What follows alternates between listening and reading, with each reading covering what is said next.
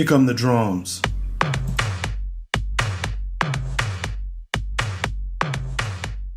Welcome to the Mark Peterson Show. This is the show where news and views are combined with parapolitics from a blackish point of view. I know some of you are saying, what in the heck is parapolitics? Parapolitics is the paranormal combined with politics. You know, that grassy knoll stuff, the Illuminati. Yeah, I splash all of that together with current events, news, and opinion to give you this show. And that's why you tune in. What's the title of today's show? The land of the free and the home of the Borg. Yes, the Borg. Jean-Luc Picard's most fierce enemy, the Borg. That's what I'm claiming America is turning into. And we're going to work through every point till you understand just how devious and deceptive the Borg can be in America. Why did I title the show Land of the Free and Home of the Borg? Because I think America wants difference. Different people. Black, white, tall, short, skinny, thin, fat. They want difference. But they don't want diversity. And for those of you who don't know the Borg are a fictional alien race from Star Trek that would come in and completely take over another civilization and integrate them into the Borg, taking their best attributes and tossing everything else to the side. Full assimilation.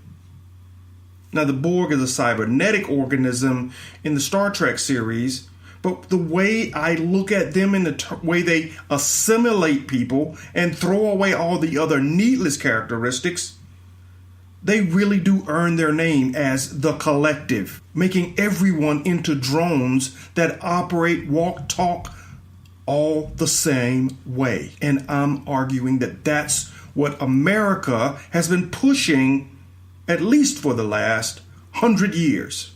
You say, well, Mark, isn't it just starting to happen now? No, we want difference, not diversity. Well, let's put some facts on the table. Explain to me redlining.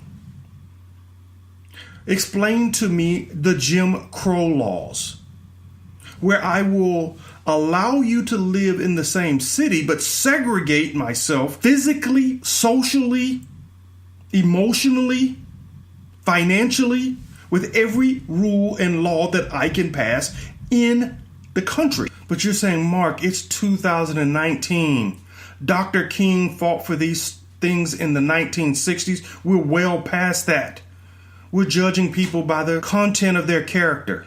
A December 6, 2018 article entitled in the Washington Post, "Large cities are still segregated even as the nation becomes more diverse." That's just from last December. We're still as segregated as we were in the 60s as the country becomes more diverse. And I think it's that growth in diversity that's causing us to only want difference. And we're seeing that pushback from people we never expected to push back. Because before that point, there was a clear majority, and now we're getting a really mixed bag of folks who are going to have political power in the next 15 to 20 years. Tom Brokaw. Everybody knows Tom Brokaw. He was America's voice, America's conscience. He came out on December the 28th and stated that Latinos need to, quote unquote, assimilate more into American culture. Now, here's a guy that America trusted with the facts, making a bald-faced blind statement without any facts. An argument put forth based on emotion because he sees the country becoming more brown and black. In reality, assimilation among Latinos occur even in the first generation. By the second generation, data shows that there is a high level of assimilation, with many Latinos unable to speak Spanish into the second generation. So what in the heck is Tom Brokaw talking about? He wants difference. He wants people to look different, but to emulate everything they see white Americans do to make him feel more comfortable. No more celebrations that support Latino culture, even if they speak English. No more Kwanzaa, right? Support Santa in the traditional skin color, that everyone had supported when the greatest generation was in their prime. We want difference, not diversity. I know you're saying, well, that's just one example. No. As the country becomes more brown and black, we're seeing more incidents of pushback across the entire country. In Blavity, on January 18th, 2019, Kansas Blue Valley Northwest High School refused to let a dancer dance because her skin was too dark. I'm glad that wasn't me, because I am black as hell and proud of it. But let's get back to this Kansas high school. Camille Sturdivant found a text message from her dance instructor stating to another instructor at the school, we do not want her to dance because her skin is too dark and it would distract the audience. That team choreographer, Kevin Murakami, was the one who wrote that text message.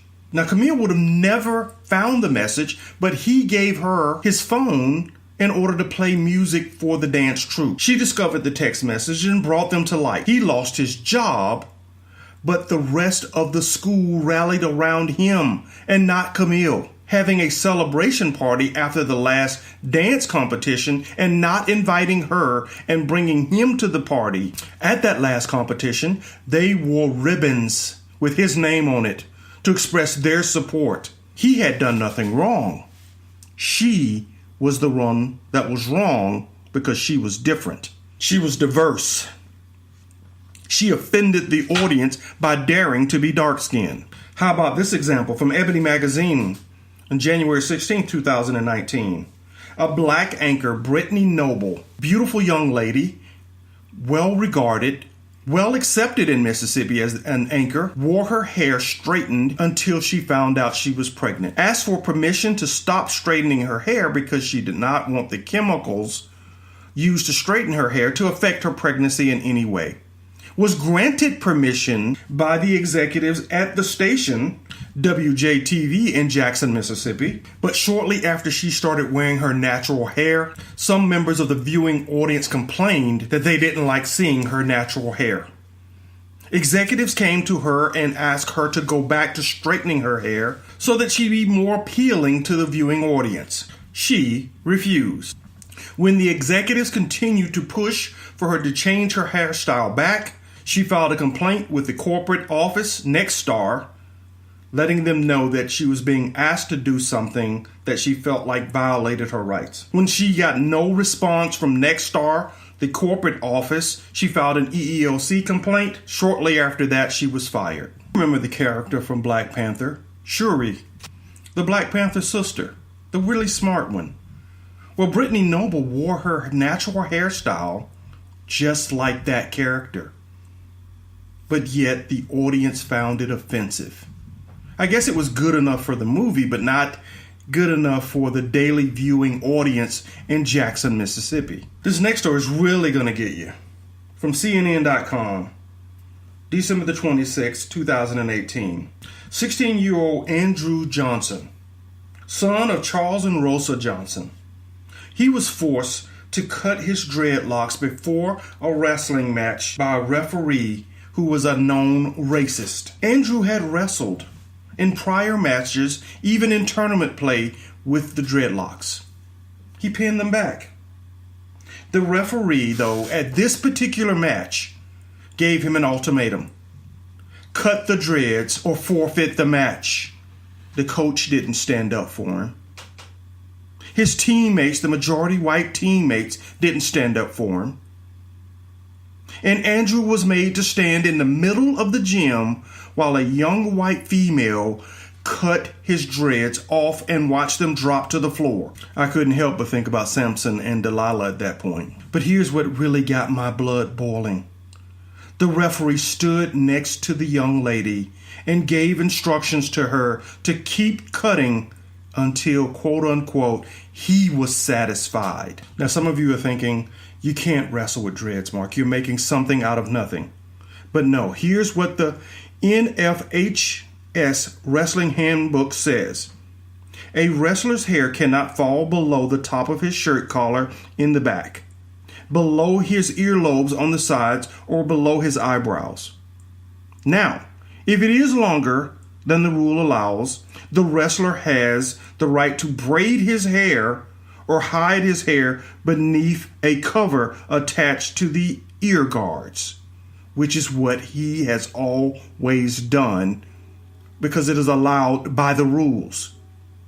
But this guy got a chance to sit there and have his hair cut in front of a South New Jersey audience until he was satisfied that his diversity no longer offended him. So I know you're saying, Mark, what's going on here? Why are these incidents happening?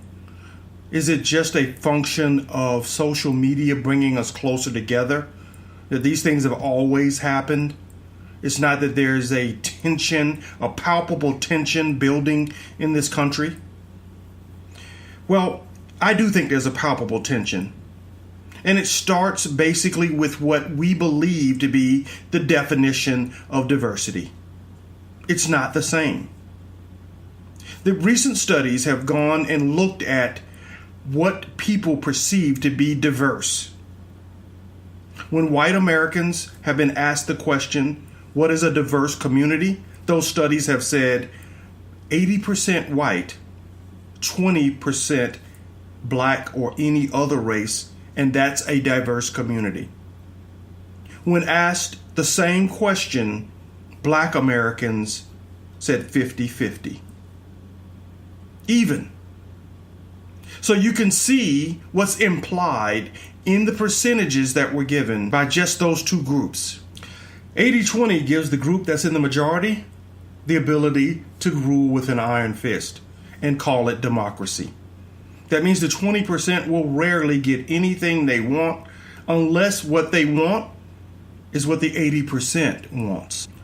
In a community that's 50-50, you're going to make more compromises because there's going to be a silent minority that'll float between the two big groups and swing policy one way or the other. Some people would call that a healthy community. Others perceive that to be chaos because they're not getting everything they want every time. See, but here's what's more sinister. Knowing that there's that underlying difference in perception, those with the absolute power can play off of that, can heighten your fears and go, that 20%, they want to wreck your life. And that can start a snowball of reactions that we are now seeing play out in the public. And as the country becomes more brown and black, you're going to expect to see more and more of these types of incidents. But the change is inevitable. According to Sarah Jo Peterson in Urban Land, there is no majority race for children under the age of 5. Multiracial marriages make up 1 in 7 of all marriages. White non-Hispanic population will start to decline in absolute terms in the next 10 years. And by 2030, whites will make up 55% of the population, blacks will make up 15%, Hispanics will make up 22%, and Asian and Pacific Islanders will make up 8%. And from that point forward, there will be no clear majority at all in the country. That's the pressure. That's the palpable tension that's causing a lot of these sorts of reactions to bubble up in the public and to be exploited. Ronald Brownstein, in a speech he gave to the Brookings Institute, spoke of a cultural generation gap. In that speech, he stressed how 100% of the growth in the workforce between now and 2030 will come from the racial minorities that make up this country. Yes, the workforce is going to become more brown and black And if you expect the economy to continue to grow, they're going to have to move into jobs that are dominated today by whites. Did you guys hear that? Yeah, all those high-paying jobs, Wall Street jobs, big-time law firm jobs. If you expect the economy to continue to grow, you're going to have to expect that those jobs will be taken by people who are brown and black. If you believe that that's going to happen, then you would look to have people invest in all the schools where brown and black people are, to see those schools get better, to see the institutions that support them get better. But we know that's not happening. We know that there's not a celebration of that future, but a dread of that future. And here's where the parapolitics comes in. If you don't want that future to happen, you're going to do everything you can to hold on to power and limit the power of brown and black people. And not just in government, guys. The parapolitics side of this is going to get really freaky. First, you're going to try to keep them out. We see that playing out right now on the cover of every magazine and on every TV show. Yeah, we're going to put a great wall around the United States and keep out all those people we don't like. And the ones we do like, we'll let them land at O'Hare and Hartsfield and come into the country. But those we don't like, big, great wall on our southern border. We see that already happening. But here's where it gets even more sinister. And you don't even see it happening. You hear it, but it's not registering with you when you hear it. Artificial intelligence, robotics and automation. What are they telling you about all of that? That it is going to replace, at a minimum, a third of the jobs in the economy right now. Some of your smarter minds are saying, don't go down that path, because there's a possibility that we could lose control of our reality. Guys, Facebook had 2 AI computers that started talking to each other. They came up with their own language. When the guys at Facebook tried to figure out what the language was, they could not. They queried the computers and asked, could you please explain to us what the language is and what you're talking about? The 2 AI computers essentially told them, it's none of your business. Google's also venturing into AI. The Chinese game Go is supposed to be 10 times harder than chess. Google built an AI system called AlphaGo. And after months of training it how to play the game, it defeated the Chinese Grandmaster. They made a second AI system called AlphaGo Zero and gave it no rules and told it to teach itself how to play the game. And within 3 days, not only was it beating the Grandmaster, it was beating the other AI robot. They still haven't figured out what strategies it employed to beat the other AI robot. When we unleash this technology, it will quickly become the smartest entity on the planet, with its intelligence growing at an exponential pace. We will be obsolete. Despite all of that, these companies are moving forward because the alternative is to live in a society dominated by brown and black. But those who dread the future of having brown and black run the jobs that we have now are moving full speed ahead and embracing artificial intelligence, robotics, and automation at the expense of the future of our society. You're saying, Mark, no, this is too much parapolitics. No, it's true. Walmart's rolling out robots that are going to stock shelves and clean floors. That's going to wipe out 10% of their workforce. They employ 1.3 million people. So we're talking about over 100,000 jobs just from stocking the shelves and sweeping the floors. Wow. McDonald's is already down the road with putting up kiosks that will eliminate all of the cashiers. There's already technology that allows you to create custom hamburgers and pump out 4,000 hamburgers in a day. There's a company right now in San Francisco that's making pizzas with robots. You got delivery drones that will be coming to your front door, or rovers that will be bringing you medicine. They're going to eliminate every job they can possibly eliminate and then use artificial intelligence to do a lot of the high-end jobs that we didn't think could be automated. Accounting, legal work, any of that transactional work that people get paid good money to do now, it'll disappear in 10 years, long before the browning and blacking of America. See, you guys don't get it. AI, automation, and robotics is just like the cultural nuclear bomb of our society. It's going to eliminate whole generations of opportunities until we can right-size the economy around those people and the new skills needed to support AI, robotics, and automation. See, and when you have all of that kind of chaos, where people aren't going to be able to find the types of jobs that are available in today's economy, that's the perfect time to rethink your democracy, to come up with a new form of government that guarantees those who've had power for the last 300 years to keep power for another 300 years, even if they are in the minority. You don't believe it? Just look at South Africa. And we already have them playing the games today with the democracy. Project Crosscheck has gone into a number of Republican-led states and knocked people off voter rolls because they shared the same name as someone else. My brother and father have the same name. Under the heuristics that they used to examine the databases, those two would have been kicked off the voter rolls and forced to prove they weren't the same person. Now, there's an easy way to confirm that just by looking at their social security number or other key data that's different so that you can tease those records apart. But that's too easy. If you want to dominate democracy, you knock them both off conveniently right before an election so that you can guarantee that your shrinking majority continues to hold on to power. And this cross-check program has done that in state after state after state. And guess what? The Democrat guys who're supposed to be making a lot of noise about this program, they aren't. And that's shocking. Which makes me wonder, is it really a Republican-led initiative? Or is there something more sinister going on?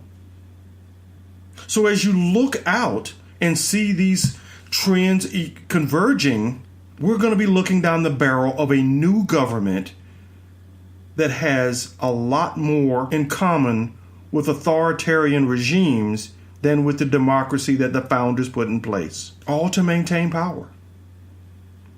But no, guys, I'm going one level deeper.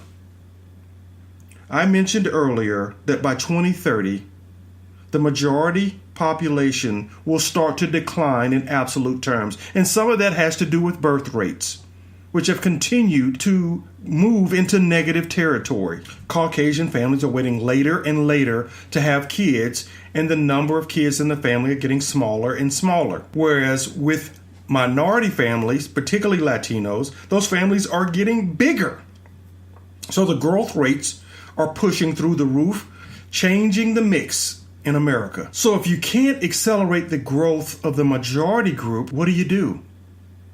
Right? If you don't have a great offense, you build a great defense. You slow the growth rates of those other groups. And some people say there are a lot of different initiatives underway to do that. What are some of those initiatives? Some people would say Planned Parenthood. Blacks make up 1/3 of all abortions, whereas black women make up 6% of the population. 30% of the abortions, but 6% of the population. Smells to me like there's some over-targeting going on in the black community. Others have looked beyond the United States and have looked at programs that have gone in with contraception to slow the growth rates in African countries. Exchange medicines for contraception. I know you're saying, Mark, we would never, ever do that. No. Guys, we're the country that had the cure to Ebola and let one of the most prominent doctors die in Africa without offering him that cure.